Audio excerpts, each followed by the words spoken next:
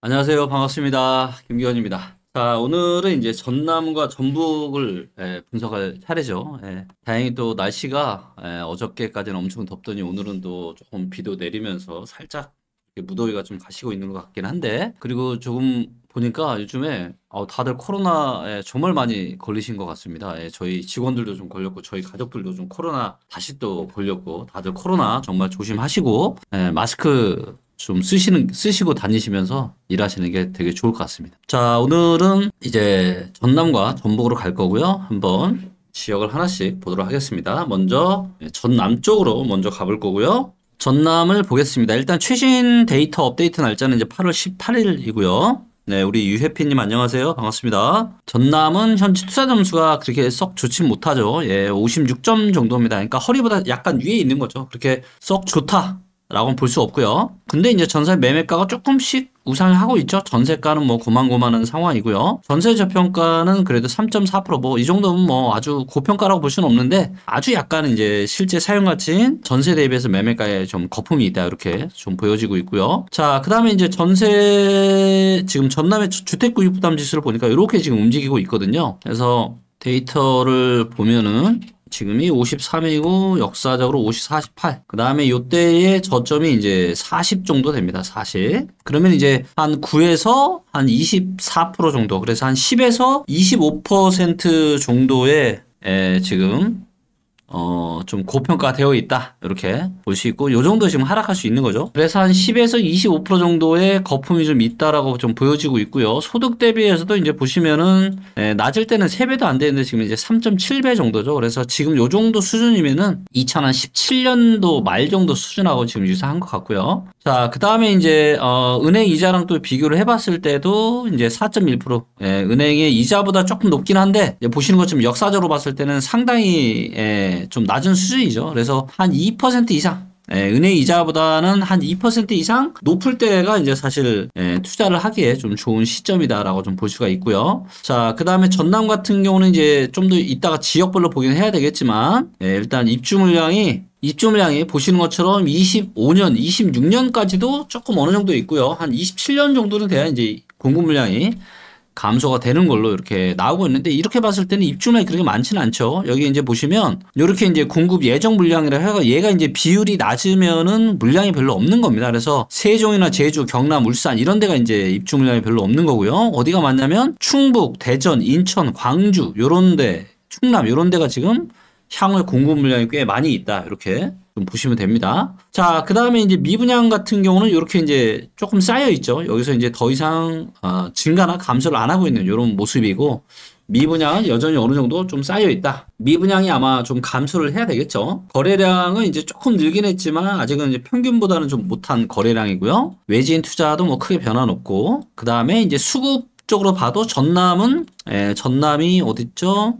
여기 있죠, 여기. 요게 지금 전남이거든요. 그러니까 거의 가장 제일 왼쪽에 있잖아요. 즉, 매매 시장 분위기가 가장 안 좋은 지역 중에 하나가 이제 전남인 거죠. 그리고 전남에 지금 전세 수급도 더 이상 올라가지 못하고 조금씩 떨어지고 있죠. 여전히 매매 시장은 지금 상당히 좀 얼어붙어 있는 모습이고, 전세 시장은 괜찮지만 그렇다고 이제 상당한 강세를 띠는 건 아닙니다. 이걸 좀 역사적으로 한번 길게 봐볼게요. 이렇게 되는 겁니다. 지금 지방이다 보니까 데이터가 2013년부터밖에 없는데, 이렇게 놓고 보면은 매매 수급이 진짜 안 좋죠. 정말로 이제 시장 상황이 안 좋은 겁니다. 역사적으로 봤을 때 거의 최악이죠. 제일 좋았을 때가 이제 전남은 16년, 15년, 16년 이럴 때가 이제 진짜 좋았죠. 그 다음이 이제 보시면 이제 전세 수급도 역사적으로 봤을 때 상당히 낮은 수준이다, 이렇게 좀 파악이 됩니다. 자, 그 다음에 이제 뭐 소비 심리 지수 이런 것들은 제가 누누이 말씀드리지만, 소비 심리 지수는 후행하는 지표입니다. 후행하는 지표. 일반인들한테 질문을 해서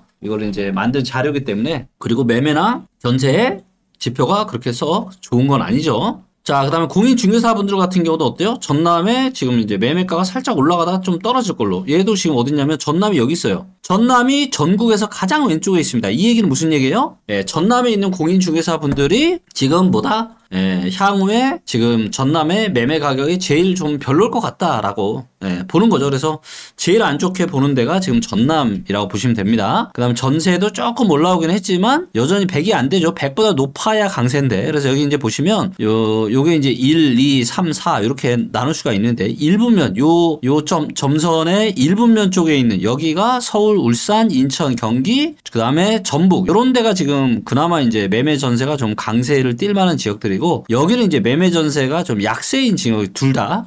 그런데 방향성이 위로 올라가고 있죠. 오른쪽으로 가고 있죠. 조금씩 좋아지고는 있지만 여전히 그닥 좋지는 못하다. 이렇게 좀 보시면 되고요. 자, 인구 같은 경우를 좀 볼까요? 최근 한 2년 정도 보겠습니다. 자, 지금 전남 같은 경우는 인구가 세대수 증가율이요. 서울 다음으로 꼴찌입니다. 그러니까 서울도 지금 세대수가 증가하는 게 굉장히 약하죠. 전남, 경북 요런 데가 지금 서울, 전남, 경북 요 세 군데가 세대수가 증가하는 속도가 가장 약하다.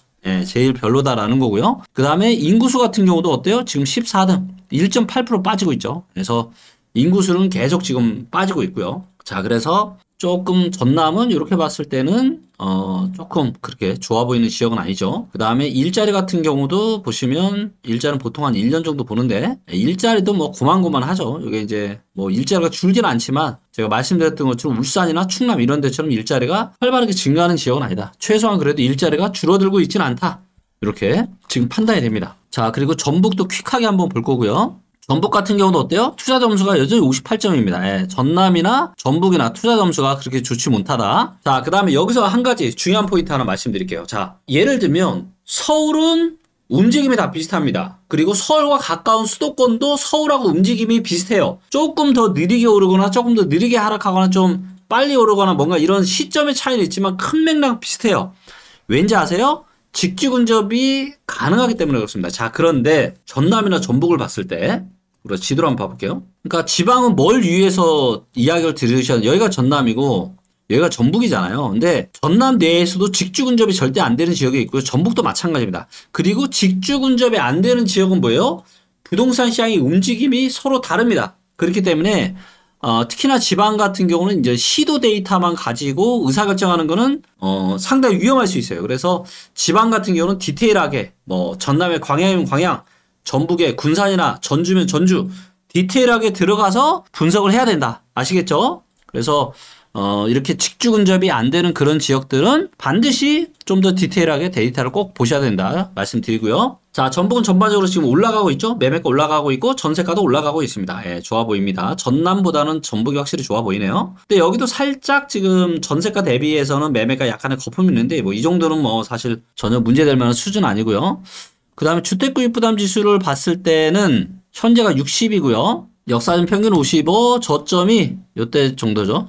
전북에 저도 2019년 가을에 꽤 샀었는데 요때가 48인데 한 50 미치면은 바닥이라고 볼게요. 50. 50이면 바닥입니다. 50. 자, 그러면 전북 같은 경우는 지금 얼마 고평가예요? 8에서 16% 정도. 그러니까 한 뭐 8에서 한 15% 정도. 이렇게 지금 고평가가 되어 있는 거죠. 그래서 아까 전남보다는 뭐예요? 거품이 많지 않다. 전남보다는 거품이 많지 않다라고 좀 보여지고 있고요. 그리고 여기도 이제 여전히 전북도 지금 월세 수익 은행이자보다는 월세 수익률이 더 좋기는 한데 여전히 0.7%밖에 차이가 안 나죠. 요게 한 2% 이상 정도 차이 나면은 되게 좋은 겁니다. 은행이자 대비 훨씬 투자 수익을 노려볼 만하다라는 거죠. 그 다음에 전북 같은 경우는 어때요? 전북도 이렇게 지금 움직이고 있고요. 전세가율 같은 경우는 이제 80% 정도 되니까 이거 갭 투자하기 제일 좋은 데가 어디예요? 전북, 충북, 경북, 전남, 강원, 충남 이렇게 전세가율 높은데 이런 데가 갭 투자를 하기 너무 좋은 지역이다. 그래서 전북도 상당히 갭 투자하기에 대한민국에서 일단 전세가율로는 가장 좋다.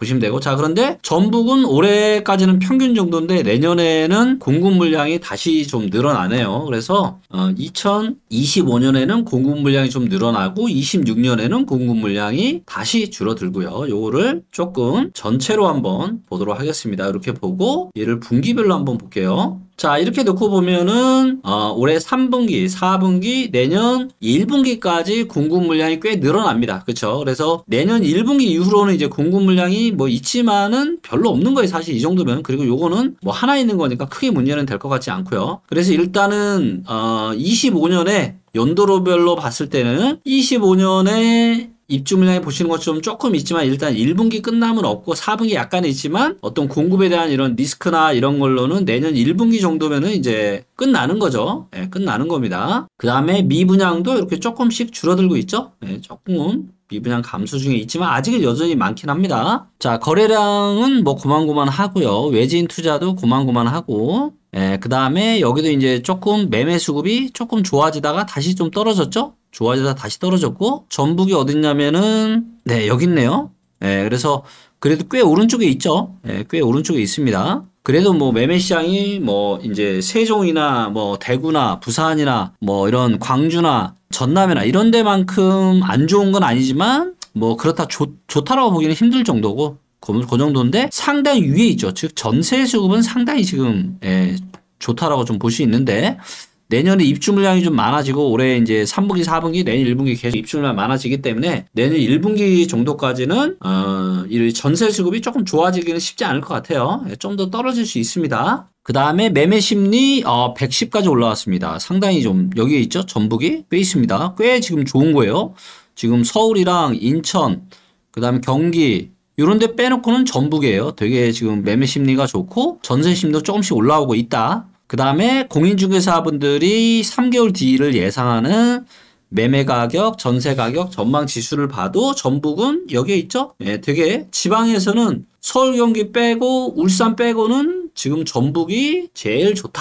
요게 지금 현재 공인중개사분들이 바라보는 뷰고요. 인구수나 세대수 요걸 좀 볼게요. 우리 강태현님 안녕하세요. 반갑습니다. 자, 요거를 보시면은 여전히 이제 전북도 이렇게 세대수 증감률이나 인구수 누적 증감률로 봤을 때는 그렇게 좋지 못하죠. 인구가 계속 빠지고 많이 빠지는 지역이에요. 많이 빠지는 지역입니다.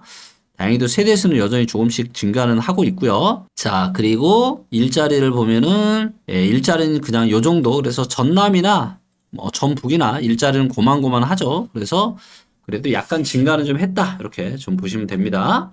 자, 이렇게 해서 이제 전남이랑 전북을 좀 퀵하게 봤고 이렇게 보니까 전남보다는 전북이 조금 더 거품도 좀 작고, 그쵸? 조금 더 괜찮아 보이긴 합니다. 제가, 지난번에 충남이랑 충북을 비교 분석했을 때는, 충북보다는 충남이 저는 좀 더 괜찮다라고 데이터로 판단됐는데, 요번에는 전남보다는 전북이 조금 더 좋아 보이지 않나. 이렇게 생각이 드는데, 또 디테일하게 들어가면 달라질 수 있죠. 자, 디테일하게 들어가기 전에 가격의 흐름이 어떤지를 한번 보도록 하겠습니다.